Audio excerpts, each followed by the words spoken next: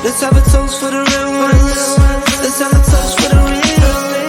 Let's have a toast for the real ones. Let's have a toast for the real. Let's have a toast for the real ones. Have a toast for the real. Let's have a toast for the real ones. Have a toast for the let's have a toast for the real ones. Let's have a toast for the real. Let's have a toast for the real ones. Let's have a toast for the real. Let's have a toast for the real ones. Have a toast for the real. Let's have a toast for the real ones. Have a toast for the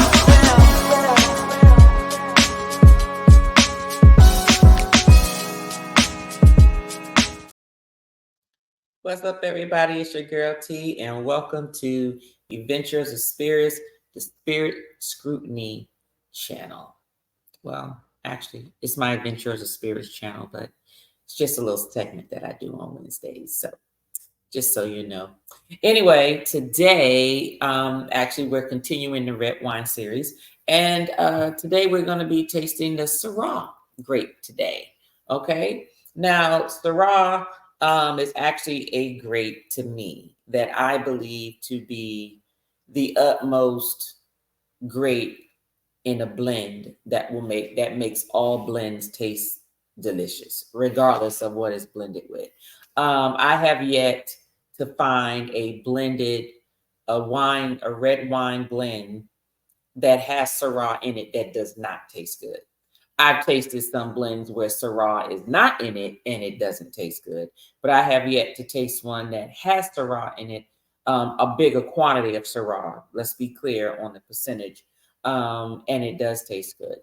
However, Syrah to me by itself is not all that great to me.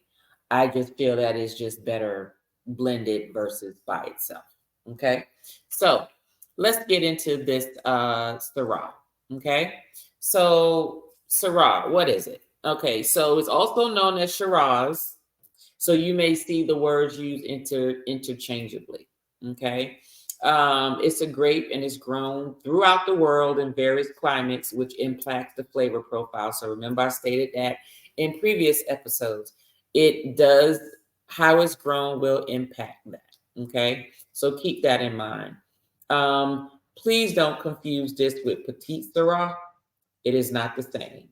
Okay, Petite Syrah is a cross of Syrah with Polorcin, and hopefully I'm pronouncing that correctly. The pronunciation of some of these wine grapes are very strange, but basically it's a cross between Syrah and Polorcin. So do not confuse the two. They are not the same. Syrah originates from the Rhone region of southeastern France. And do know, remember, you got Syrah and Shiraz, right? So why are the names different? Well, Syrah it comes from its origin country, France. Okay, France. You say potato, I say potato. But the name Shiraz became popular for the grape in Australia. Okay, so as you can see, it's grown throughout the world. So there are just some areas that grow the grape that give it a different name based on where it is growing. Okay, so Australia gave it its name of Shiraz, just like when I did the white wine series, Pinot Grigio versus Pinot Gris. It's all a matter of where it comes from, right? All right, this wine is dry. And what we are drinking today is 100% Syrah. So something tells me I may not like this, but I'm going to go in with a positive mind. And it also pairs well with fruit and all foods. And the cost of Syrah is usually between $15 to $60 a bottle. So with that stated, let's get into this bottle, right?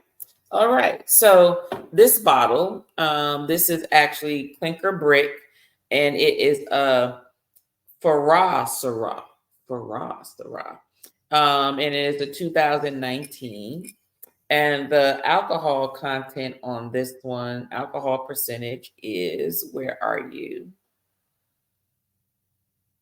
Give me a minute, because it wasn't on the front. Not on the back either. Am I missing it? Oh, sorry, it's down on the side all the way in the corner. It is,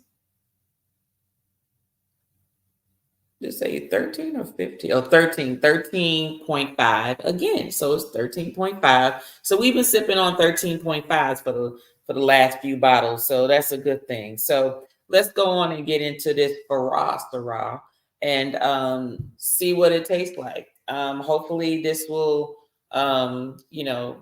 be something different than what I've tasted with Syrah previously. But like I said before, it just doesn't. I just haven't liked the taste of a Syrah, not when it's 100%. And so, come on, yeah, there we go.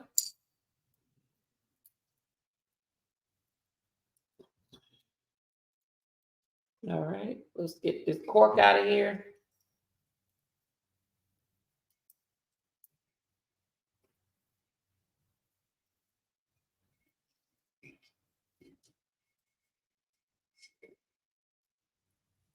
Come on, get in there.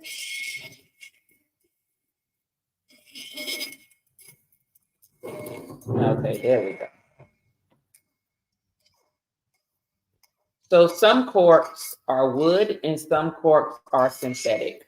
Just so you'll know, corks it doesn't make a difference in terms of the actual cork, whether the cork is wood or whether the cork is plastic or whether the cork is made of synthetic fiber. It's just closing it out. There's just some people that say, oh, if it's not wood or if it's a screw top, that just means the wine is cheap. That is not true. It does not.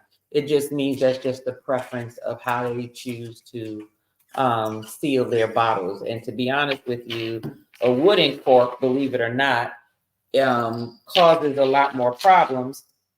Causes a lot more problems because if you don't, you ever wonder why they always sit wine on the side? Well, they sit wine on the side to keep the wooden cork moist. Because guess what happens to the cork if it's not moist and you have it in your cabinet for a long time, or in your cellar for a long time, or in your wine cooler for a long time? It gets dry. And guess what happens when it gets dry? You won't be able to open it because it gets brittle and it breaks apart. And then when you try to open it up and you try to screw it and the cork breaks and is inside your wine, where do you think those cork particles are gonna go?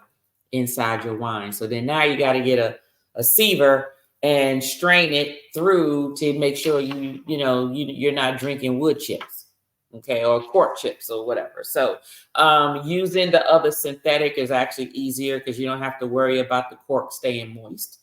And the screw top is even better because not only can you open it and unscrew it, but you can screw it back closed and you can sit on its back. You can sit it up right. You can do whatever you want with it, and you don't have to worry about it spilling or, oh, I got to sit it up right, or I got to lay it on its side. Everything just works on that. So let's get into this bottle and see what it tastes like. Okay. So we're going to get our aerator.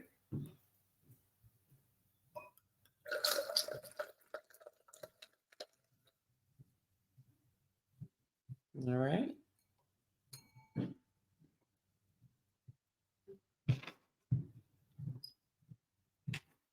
All right. So this is a nice ruby red. Nice ruby red. It's not heavy body because I can see it right now. It's just swirling like water. It does have some legs though. Let me take that back. It's not totally fully light body, but the legs they run rather quickly, but it still has some time. So I would say medium bodied. It's not heavy body. It's not light body. And it's red ruby. So let's take a whiff, shall we? Ooh, this smells so good. Ooh, it smells so good. I smell. Now this reminds me of the Malbec. This reminds me of the Malbec, and that might be why I like it when the Syrah is blended. But don't be fooled by the smell because Syrah has been known to fool people from the smell to the taste. So I smell raspberry, blackberry, blueberry, cherry. I do smell oak. I do smell vanilla. But it's funny because I also smell like a mandarin. Smell like mandarin orange. Don't know why. I smell lemon. It's just a very complex aroma, very complex. And I guarantee you, the more this is opens up, I guarantee you, you're gonna, you will smell a lot more. But we're gonna taste this and see because it smells like this is gonna taste so good.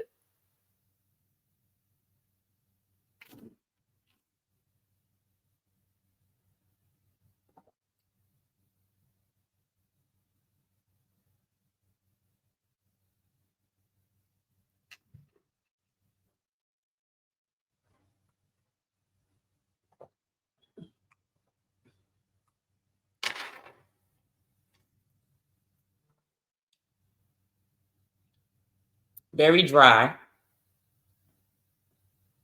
very fruit forward. Everything I smell, I taste.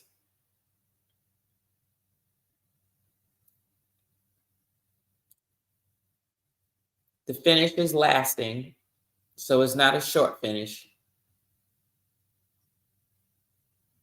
It's dry, but it's smooth. It's a smooth dry, if that makes sense. I can only taste the flavor though on the top of my tongue. It doesn't really coat my tongue like some of the other wines that I've tasted. The flavor is still lingering. And the flavor seems to be consistent, although the only flavor that seems to stand out the most is the blackberry. The blackberry is standing out, and I guess because it's the boldest flavor probably out of the berries that I named. Um, it's just very, very, very fruit forward. Um, very much so.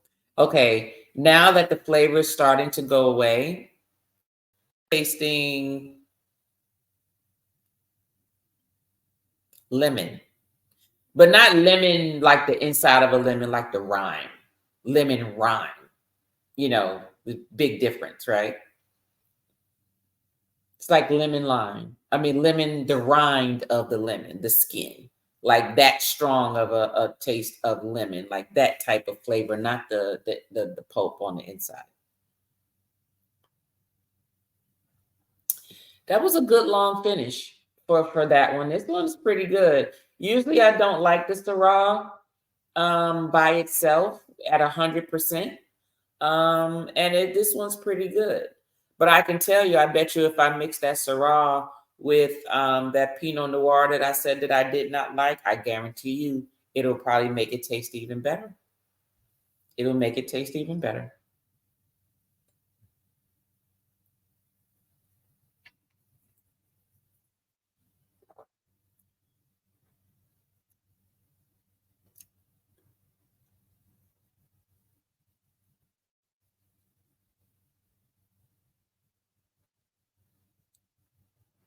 Yeah, pretty much the same. But as I said, it grows all over the world in various climates. So this might be a good one, right? It's a good bottle, but it doesn't mean that another Syrah bottle would be just as good if you got it from a different winery or whatever, or a maker. I guarantee you it'll probably give you a different taste. So Syrah, Cabernet Sauvignon, Pinot Noir, a lot of those grapes are grown in various places, so the different climates and stuff will impact it. So therefore, just try them. Just try them and just keep track of the name of the ones that you actually like, especially when it's something that is grown in various places. Now, for the wines that you drink that are not grown in various places and they're usually very consistent, then you won't need to know the name. It's just you just name the grape. You just look for the grape and you order it, and I'm pretty sure it'll be good. So, all right. Well, that is. You know what? I do want to try mixing that Pinot Noir with this, and I wonder. if it'll taste better. Let me try that.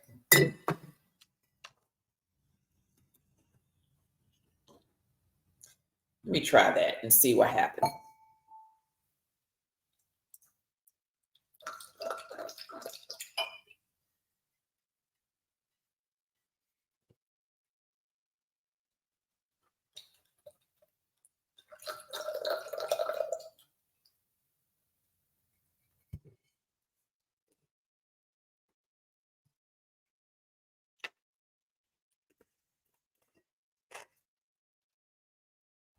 Okay, let's see. Let's see what we get. Come on. See if I'm a master blender. All right, let's see. First, let's take a whiff of it and see if it gives us something different. Because, you know, they have similar smells. So, no, but the fruit is much more forward, though. The Syrah is actually bringing out more in that Pinot Noir. Ooh, it smells so good. Okay, so let me see. Let me test my theory to see if, like I said, Syrah mixed with a lot of other ones that may not do too good. Let's see if it makes it better.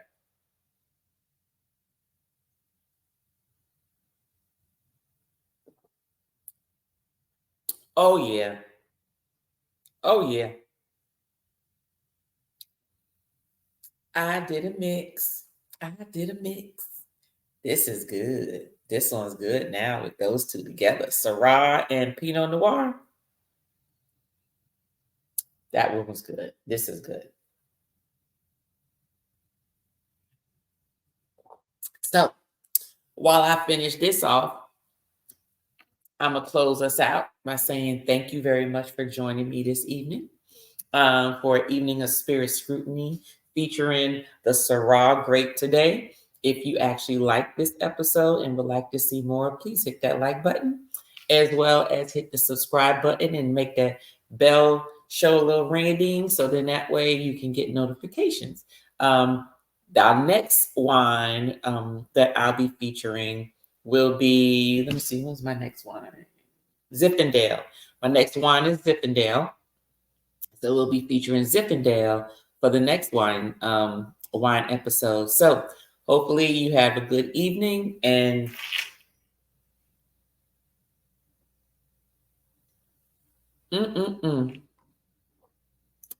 cheers. Let's have a toast for the real